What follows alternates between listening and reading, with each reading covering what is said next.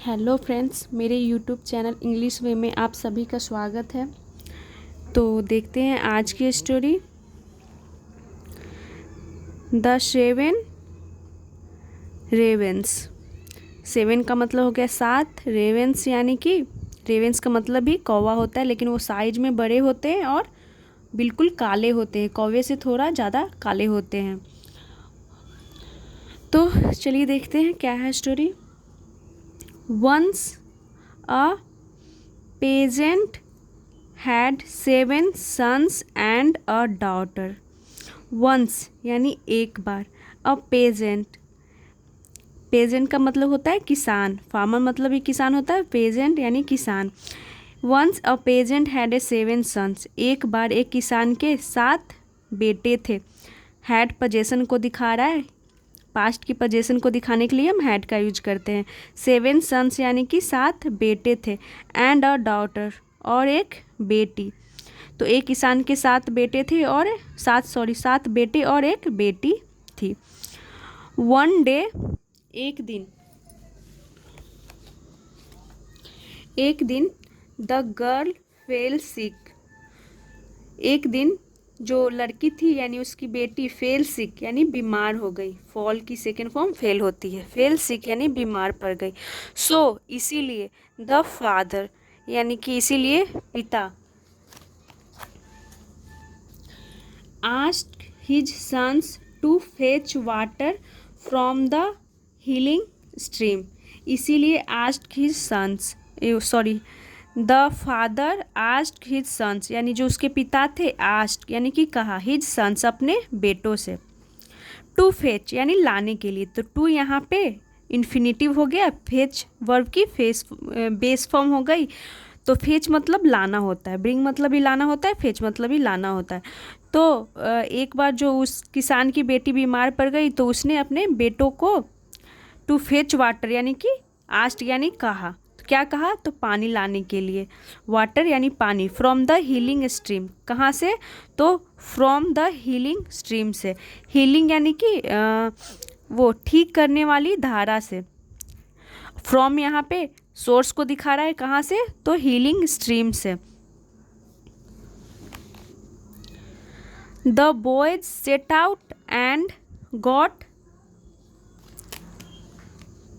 The water, यानी जो boys थे यानी लड़के, सेट आउट का मतलब हो गया कि वो निकल पड़े, और ये एक फ्रेजल वर्ब हो गया जिसका मतलब हो गया कि वो अपने लक्ष्य की ओर निकल जाना, किसी भी काम को शुरू कर देना। तो द बॉयज सेट आउट यानी जो लड़के थे वो निकल पड़े, एंड गॉट द वाटर यानी कि उन्हें पानी मिल गया, उन्हें पानी प्राप्त हो गया। बट एज दे रिटर्न, लेकिन जब वे रिटर्न यानी कि वे लौट रहे थे, दे एक्सीडेंटली ड्रॉप्ड द जग, तो क्या हो गया, जब भी वे लौट रहे थे, दे एक्सीडेंटली यानी कि उन्होंने गलती से, ड्रॉप यानी कि ड्रॉप द जग यानी कि उस जग जिसमें उन्होंने पानी लिए हुए थे, ड्रॉप यानी गिरा दी, एंड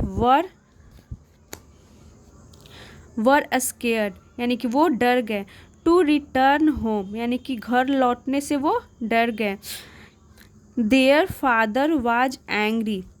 देयर फादर, तो देयर यहाँ पे पजेसिव एडजेक्टिव हो गया, फादर यानी नाउन, तो पजेसिव एडजेक्टिव अपने बगल में नाउन लेता है। देयर फादर यानी कि उनके पिता, वाज एंग्री यानी कि गुस्सा हो गए। तो वो जो जब आ रहे थे पानी लेकर के, तो वो जो पानी का जग था वो गिर जाता है गलती से, जिससे वो डरते हैं घर जाने से। तो जो उनके पिता थे वो गुस्सा हो गए। वेन यानी कि जब,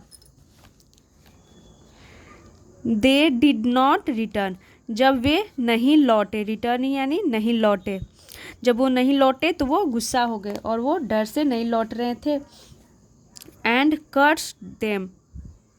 और कर्स्ड यानी कि कर्स का मतलब होता है श्राप, यानी कर्स्ड सेकेंड फॉर्म हो गई, कर्स्ड देम यानी कि उन्हें श्राप दे दी, देम यानी कि अपने बेटों को, देम उनके बेटे के लिए यूज किया गया है। Turning them into ravens, turning them यानी कि उन्हें बदल दिया, देम यानी उन्हें बदल दिया, इनटू यानी में प्रीपोजिशन हो गया, किस में बदल दिए, तो रेवेंस यानी कि वो कौवे में उसे बदल दिए।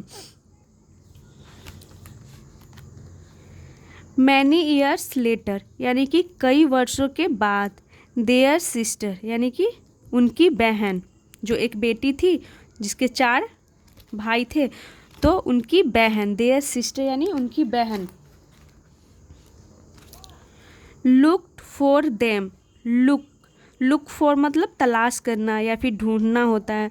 तो उसकी पास्ट हो गई यानी सेकेंड फॉर्म हो गई लुक्ड फॉर देम यानी कि उनकी तलाश की।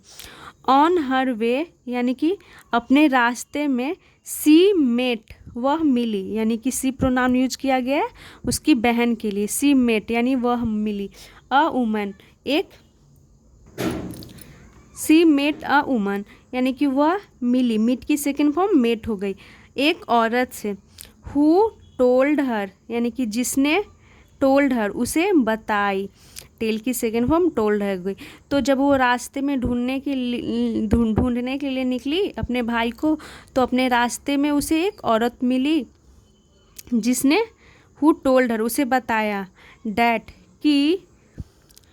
हर ब्रदर्स यानी उसका भाई, were on the glass mountain, were यानी थे, ऑन द ग्लास माउंटेन यानी कहाँ थे, तो ग्लास माउंटेन यानी कि कांच के पर्वत पे। तो जो एक औरत थी रास्ते में उसे मिली, तो उसने बताया कि उसका भाई कहाँ है, तो ग्लास माउंटेन है उस पर। The girl reached the glass mountain, the girl वह लड़की पहुँची, द ग्लास माउंटेन उस कांच के पर्वत पे, and met a dwarf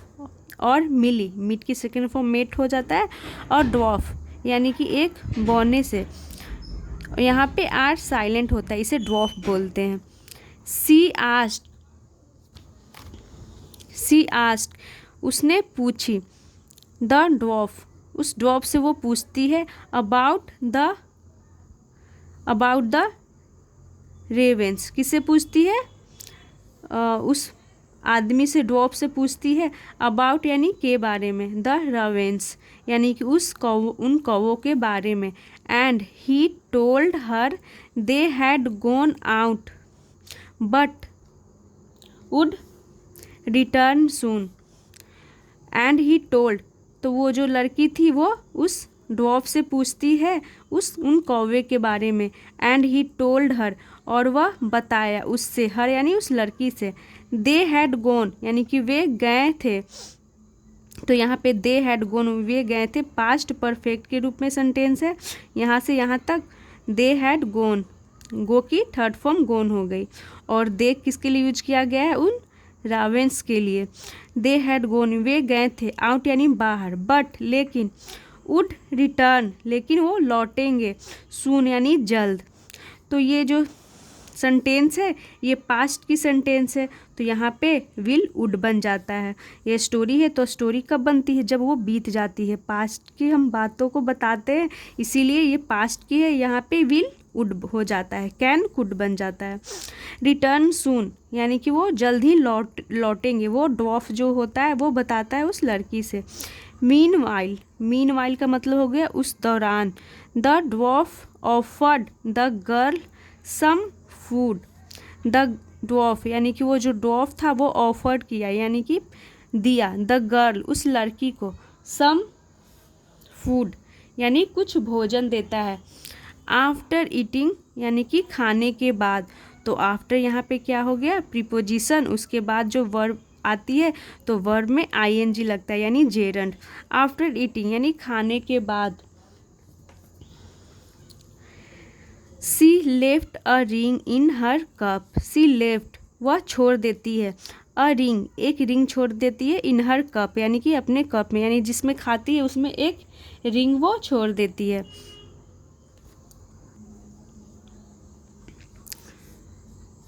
cup and waited for the ravens to return, तो वो एक रिंग छोड़ देती है अपने कप में, एंड वेटेड यानी कि वो इंतज़ार करने लगती है, फॉर द रेवेंस यानी कि उन कौवों का, टू रिटर्न यानी लौटने के लिए इंतज़ार करने लगती है। The girl waited in hiding and noticed that as soon as the ravens returned, they turned into human beings. यानी जो लड़की थी वो इंतज़ार करती है, वेटेड इन हाइडिंग, यानी कि वो छिप करके इंतज़ार करने लगी, एंड नोटिस्ड और देखा, यानी कि ध्यान दिया कि एज सुन एज, यानी जैसे ही, एज सुन एज फ्रेज हो गया जिसका मतलब हो गया जैसे ही, द रवेंस यानी जो वो कौवे थे, रिटर्न लौटे, दे टर्न वे बदल गए, इनटू यानी में, ह्यूमन बींग्स यानी कि मानव में, यानी कि इंसान में वे बदल जाते हैं। इनटू प्रीपोजिशन हो गया क्योंकि उसकी अवस्था में चेंजेस हुई, वो कौवे थे, कौवे से ह्यूमन बींग में बदल जाते हैं, इसीलिए इनटू प्रीपोजिशन का यूज किया गया है। वन ऑफ द बॉयज यानी कि लड़कों में से एक, सॉ यानी देखा, द रिंग उस रिंग को,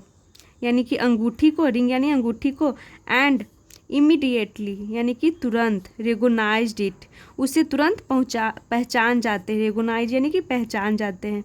एज देयर फादर्स यानी कि अपने पिता के रूप में, यानी अपने पिता के अंगूठी के रूप में उसे तुरंत पहचान जाते हैं उस रिंग को। The girl came out of hiding, the girl यानी जो लड़की होती है, केम आउट वो बाहर आती है, ऑफ हाइडिंग यानी जो छिपी होती है उससे वो बाहर आती है, यहाँ पे हाइडिंग जेरंड हो गया, एंड टोल्ड देम और उन्हें बताती है, एवरीथिंग यानी सारा कुछ, द बॉयज़ वर हैप्पी जो लड़के होते हैं वो खुश हो गए, एंड रिटर्न होम और